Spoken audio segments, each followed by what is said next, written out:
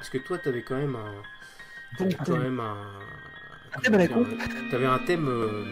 Parce que sincèrement, je le redis parce que je sais pas si les gens le savent vraiment, mais je vais le redire quand même. Les tirages au sort sont effectués par mon fils de moins de 2 ans. Donc où je mets des petits papiers dans un petit pot et il tire au sort. Et Matt est tombé cette semaine sur Hamac. Ouais. Alors je sais pas qui a proposé ça, dis-le dans le chat parce que celui-là il était quand même corsé, il était pas mal. Ouais. Mais Matt a relevé le défi malgré tout. Ouais. Enfin, ouais.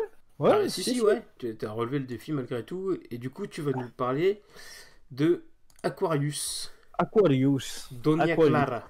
Euh, Ouais. Un film de Kleber Mendoza Filho. Et en fait, finalement, merci pour cette Ah, tu vois. proposition de thématique. En fait, je suis tombé dessus. Je tapais film, hamac et je pense que quelqu'un qui a dû faire une critique du film, je crois, sur Sens Critique ou sur un autre site où il parlait du personnage qui est à quelques moments dans son hamac. Et du coup, je me suis dit, bon. Et en fait, j'avais déjà vu le premier film de Kleber Mendonça Filho, qui était les bruits de récif, et qui m'avait beaucoup plu à l'époque. Un sorte de, ouais, on peut dire un film social qui parle un peu de la qui parlait de la classe moyenne brésilienne, et avec des thématiques vraiment, vraiment très brésiliennes. Et ça m'avait déjà intéressé à l'époque parce que ben, le Brésil, c'est le seul pays où je suis allé moi en dehors de l'Europe.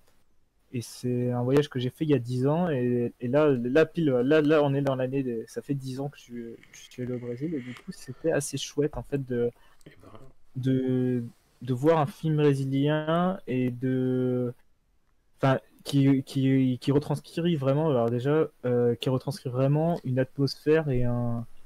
Ouais, il y a vraiment quelque chose de très particulier, quoi. C'est un. Alors, alors juste Matt, on notera que c'est Sbem Nemilus qui avait proposé ça, donc merci à lui du coup pour toi. ouais, merci à toi pour le coup. Parce que, ouais, moi, ça. Enfin, il y a vraiment une atmosphère, un truc qui m'a fait ressentir et revivre des choses que j'avais pu. Ouais, il y a vraiment des trucs qui sont comme l'autre fois là quand j'ai parlé du film du polar qui m'a fait ressentir des trucs comme des polars. Et ben là j'ai ressenti des petits trucs du Brésil. Et alors ça reste un film social un peu comme bah, enfin je sais pas comment définir ça, un film social. Enfin c'est un film. Existant, C'est toujours des films très on va politiques. dire. À la base, ce réalisateur, il est critique de cinéma, donc c'est un journaliste, quoi. Hum. Et bon, il est très engagé politiquement, il était très engagé. Alors après, politiquement, il était très engagé très proche du PT, donc qui était de Ah, Lula, puis Lula, ouais.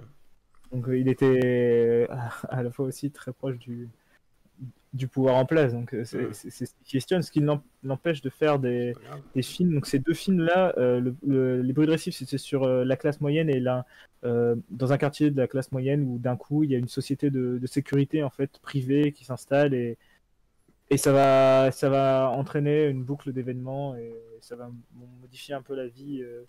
Un peu la vie des gens. Alors ce film-là, je l'ai vu il y a quelques années, donc c'est un peu lointain pour moi, donc difficile d'en parler beaucoup plus, mais j'ai le souvenir qu'il m'avait beaucoup plu déjà à la fois esthétiquement et en termes d'ambiance déjà et enfin, de retranscription enfin, moi j'ai retrouvé des choses que j'avais vues au Brésil quoi vraiment mais bon.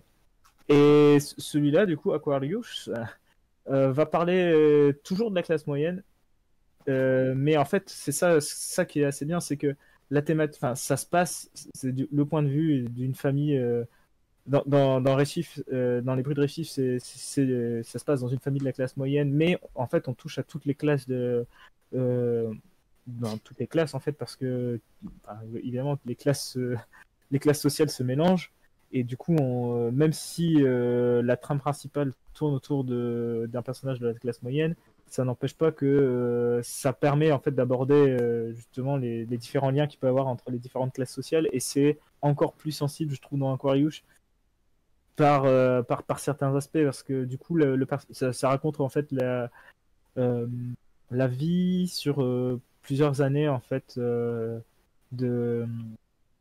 Ah, c'est Sonia Braga, l'actrice, mais comment elle s'appelle dans le film? Donna Clara. Donna Voilà. Clara, bah, c'est l'affiche que j'ai mis parce que le Voilà. titre apparemment, enfin de Du l'affiche que coup, j'ai en trouvé à moi, il France, s'appelle Doña Clara. le film commence dans les années 80 où elle est en train, elle vient de réchapper d'un cancer du sein et c'est une fête d'anniversaire pour une tante à elle. Et ensuite, on est projeté très vite.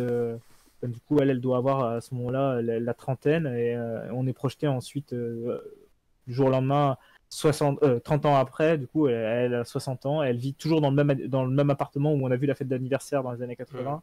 Et en fait, cet appartement est dans un immeuble qui commence par être racheté en fait par une espèce de société immobilière un peu dégueulasse. Et du coup, il va y avoir pas mal de liens qui vont se créer entre différents personnages. Et elle est issue quand même d'une classe assez bourgeoise. Elle est journaliste elle-même. Elle écrit des livres. On ne sait pas trop ce que c'est son mari. Et c'est ça qui est assez intéressant dans ce film. Du coup, c'est qu'il y a beaucoup de choses. Ce que j'aime dans ce film et ce que j'aime dans le cinéma en général, c'est quand le réalisateur joue un peu avec toi. Et il y a beaucoup de choses où c'est pas frontal, quoi. Il y a beaucoup de choses que tu dois deviner et qui sont insinuées. Il y a beaucoup d'insinuations et je trouve ça très agréable, quoi. C'est vraiment, il y a vraiment une espèce de prise en compte. On prend pas le spectateur pour un débile, quoi. On lui dit, bah, Ouais, c'est pas pré-mâché, c'est à toi de deviner et à toi, enfin, ça t'aide à rentrer dans le film parce que bah, t'es toi-même un peu acteur et tu fais là je comprends ça, je comprends, enfin, je sais pas comment dire, tu comprends les engrenages petit à petit Si, tout à fait, mais t'as et- raison, mais en plus, c'est un truc qui disparaît un petit peu en ce moment, c'est-à-dire que euh, dans beaucoup de films un peu actuels, on se sent obligé de t'expliquer tout ce qui se passe.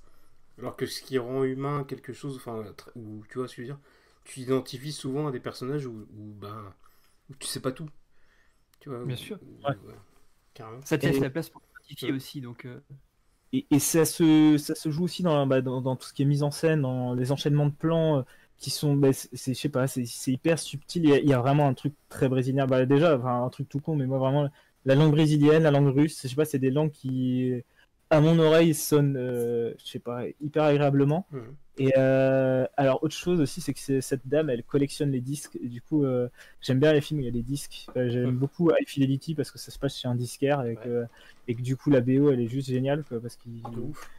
et là, c'est pareil, elle a une collection de disques énorme et en fait, elle va passer beaucoup de musique brésilienne, mais pas que. Elle passe des titres de Queen, et à chaque fois des titres qui sont pas forcément des titres très connus. C'est une passionnée de musique et ça a son importance dans le film et ça prend de la place. Du coup, ce personnage est un personnage de la classe moyenne, disons moyenne haute quand même. Et enfin, voilà, on peut dire que c'est une bourgeoise et en fait, quand je dis que les classes sociales se mélangent, c'est qu'elle a à son service une dame qui, elle, pour le coup, est pauvre. Et j'ai l'impression que ça se fait pas mal au Brésil. C'est que t'as pas besoin d'être super riche pour avoir un domestique, quoi. Quelqu'un, elle est à la maison et elle a quelqu'un qui lui fait à manger. En fait, elle fait rien. Tu vois, elle se lève le matin, il y a ce domestique qui lui fait à bouffer et tout. Et du coup, ce personnage-là, au début, euh, parce que tu sais pas tout de suite qu'elle a un cancer du sein, donc c'est vrai que de l'avoir dit, c'est peut-être pas ouf pour les gens qui vont voir le film. Mais au début, elle te paraît antipathique sans l'être vraiment, mais enfin, d'un regard européen, français, la voir, je sais pas, elle se lève le matin, elle va à la plage pendant que bah il y a sa boniche quoi qui lui fait à manger et tout. Il y a un truc qui semble être d'un autre siècle, tu vois, pour nous, enfin, en tout cas pour moi.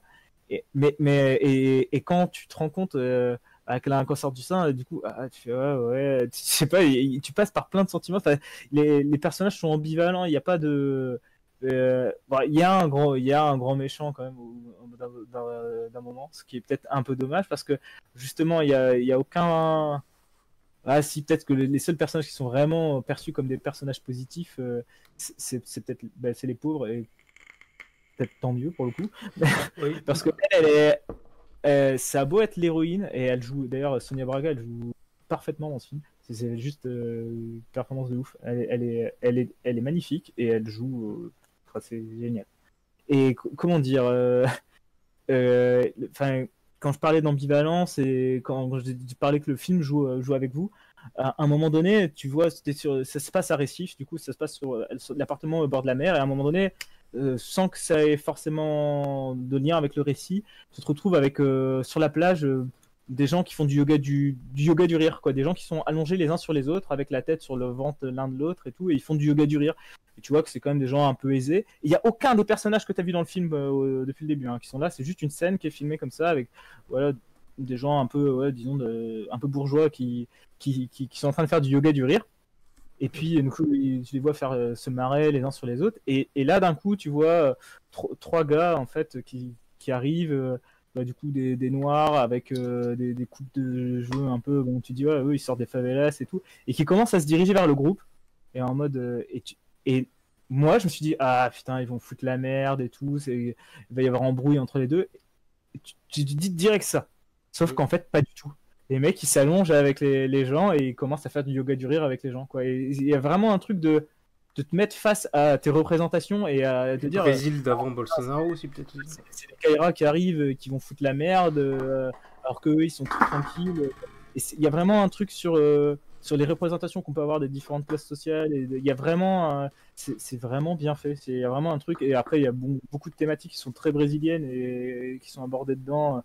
Soit sur la corruption, sur plein de choses, sur le racisme, sur les inégalités, les injustices, etc.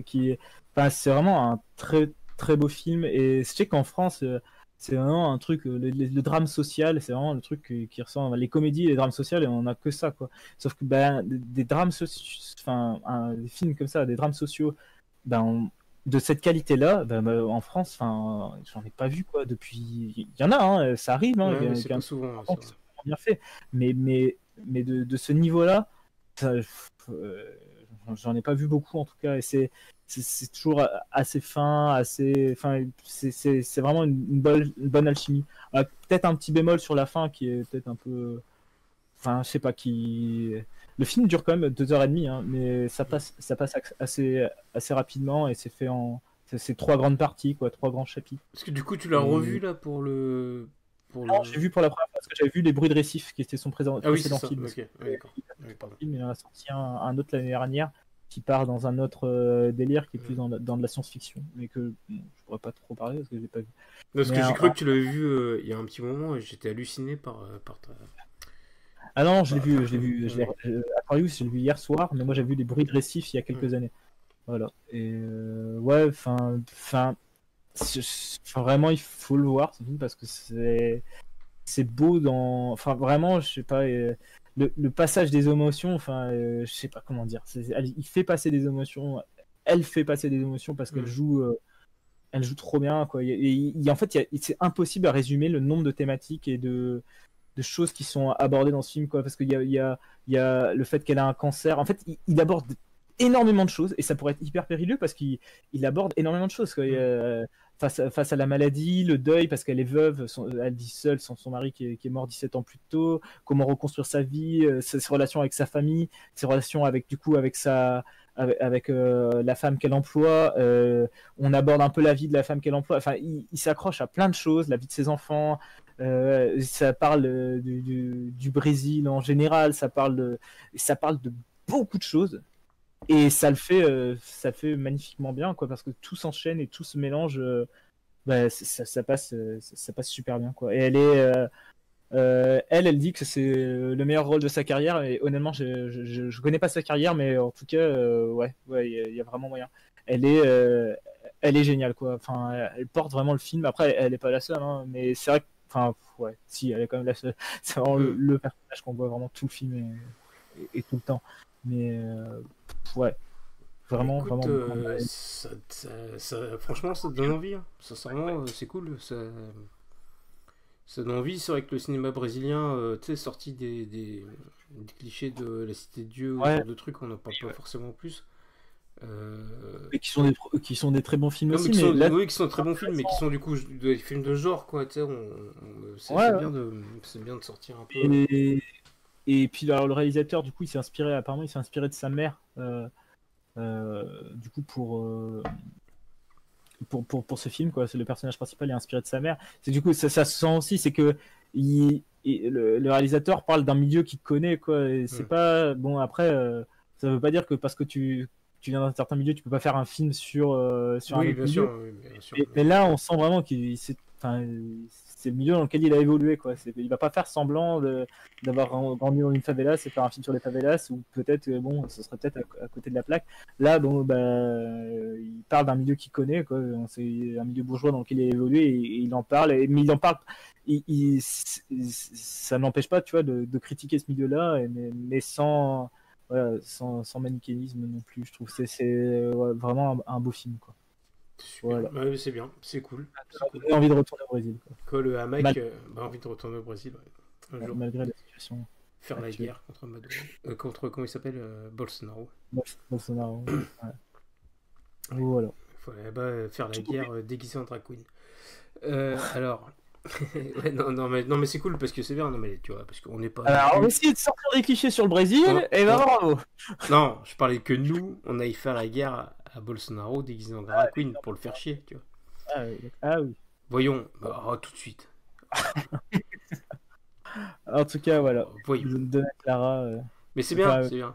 rendez visite. Heureusement que t'es là parce que entre moi et Matt et Romain, pardon, qu'on regarde que des films d'horreur et des trucs comme ça, c'est bien que tu sauves un peu la. Un peu de film noble, c'est la quand même. Ouais, ça. Il y a un humain Mais parmi il nous. y a, il y a une partie film de genre, il y a vraiment des moments un peu mystérieux. En fait, Ne il te y a des justifie pas. passages du film qui ne sont jamais expliqués. C'est Mm. un moment, elle voit du sang dans des escaliers, parce que comme elle est la seule à pas laisser son appart, quoi. Elle est la seule de l'immeuble à pas vouloir vendre son appart. Elle va se battre tout le long du film pour pouvoir rester là où elle a élevé ses enfants, là où elle a vécu avec son mari. Son appartement reste un lieu hyper chargé en souvenirs, forcément. Et il se passe beaucoup d'événements et vraiment des trucs louches, vraiment et il y a des passages un peu fantastiques de rêves où J'ai une question quand même pour toi. Est-ce que ça t'a fait penser un peu à Clint Eastwood? hmm, non. Non. Euh, non, non, non, non. Non, mais parce Non. qu'il fallait qu'on en parle un moment ou un autre, et comme c'est pas prévu dans le conducteur, il fallait que je place Clint Eastwood un moment ou un autre. Mais, Donc j'ai fait exprès. honnêtement, non. Non, on n'est Ça pas aurait dû, sûr. hein. T'aurais pu me dire, parce ouais, que ça me fait penser un peu à Clint Eastwood. J'adore, mais Clint Eastwood, il a une manière de faire ses films qui est quand même ouais, Non, mais il a fait des films sociaux aussi. donc c'est pour à ça. l'autre, quoi. Enfin, je pense que c'est quand même en termes de, je trouve qu'en termes de réalisation, etc., c'est peut-être un peu plus audacieux que ce que en général, parce que dans la réalisation, ça reste relativement en général assez classique ce que fait. Ah bah Clint, Enfin, bon, on est dans le super classicisme. Ouais. c'est ça. Là, quand même, on est sur quelque chose d'un peu plus. Non, c'est plus dans les thèmes, parce que finalement, je sais que Eastwood, enfin tu connais mieux que moi, mais il est capable de faire des trucs un peu sociaux comme ça, tu vois. Donc je sais pas si t'avais pu trouver peut-être des. Bah, je pense que là, Des on est points quand même communs, sur un tu vois. truc qui, pour moi, a encore. Enfin, il y a un truc vraiment. Le mot que j'aurais envie de dire, c'est sincère. Il y a vraiment un truc, une démarche vraiment. Je sais pas comment dire. Et il y a ce truc typiquement brésilien qu'on appelle la saudade. C'est Ouais, bien c'est un sûr. c'est une sorte de mélancolie, mais en même temps qui est une Ouais, tout à mélancolie, fait. pas tout à fait une mélancolie, qui est un peu heureuse, Qui vient parce du que fado portugais de d'ailleurs. ces années qui étaient meilleures et en même temps. Il y a un moment dans le film qui résume totalement ça où elle est interviewée par des jeunes journalistes et qui lui disent, enfin, qui voient qu'elle a plein de vinyles et qui lui disent bah alors et qui direct lui disent ah oui mais qu'est-ce que vous pensez du coup des MP3 et elle dit mais non mais moi j'adore les vinyles mais bon ben ça part un peu Comme ce qu'on disait tout à l'heure. Ouais, bah, oui, moi j'aime bien les vinyles. moi j'adore les vinyles, mais pour moi, les MP3 c'est ok aussi. Et à un moment, elle voit, il y a son neveu qui lui file de la musique en MP3. Elle est très contente aussi d'avoir des compilations de nouvelles musiques et tout ça en MP3. Mais elle a aussi elle combine les deux. Et il y a vraiment ce truc de, j'ai la nostalgie du passé, mais en même temps, pas trop. Enfin, c'est ce truc de, ouais, la saudade. C'est vraiment un film là-dessus. C'est vrai que j'avais pas pensé à parler de ça mais moi c'est ce que ça m'a foutu, enfin c'est le mood dans lequel ça m'a foutu quoi. C'est vraiment un truc, Et c'est cool parce ouais, que. l'atmosphère là, ça le retranscrit vraiment. C'est ce qu'on dit quand t'es allé au Brésil une fois, t'es contaminé par la soda. Il y a ce truc de ça va te manquer toute ta vie. Si tu pars du Brésil, ça te manquera toute ta vie, tu auras toujours envie d'y retourner. C'est le Et c'est spleen, vrai que- le spleen brésilien. Un peu. Ouais, il y a vraiment un truc, mais comme on dit, que d'aller en Inde pour les Européens, ça les rend fous. Mais tous les Brésiliens, enfin, ils ont aucune envie, c'est de retourner au Brésil. Il y a vraiment, il y a vraiment quelque chose là-bas. Il y a vraiment et Et ce film, je trouve, en tout cas, pour moi, l'avoir expérimenté, du coup, vraiment, ça le retranscrit, quoi. Enfin, en tout cas, ça m'a replongé là-dedans. Donc voilà. Bah, tu l'as bien vendu en tout cas, c'était bien.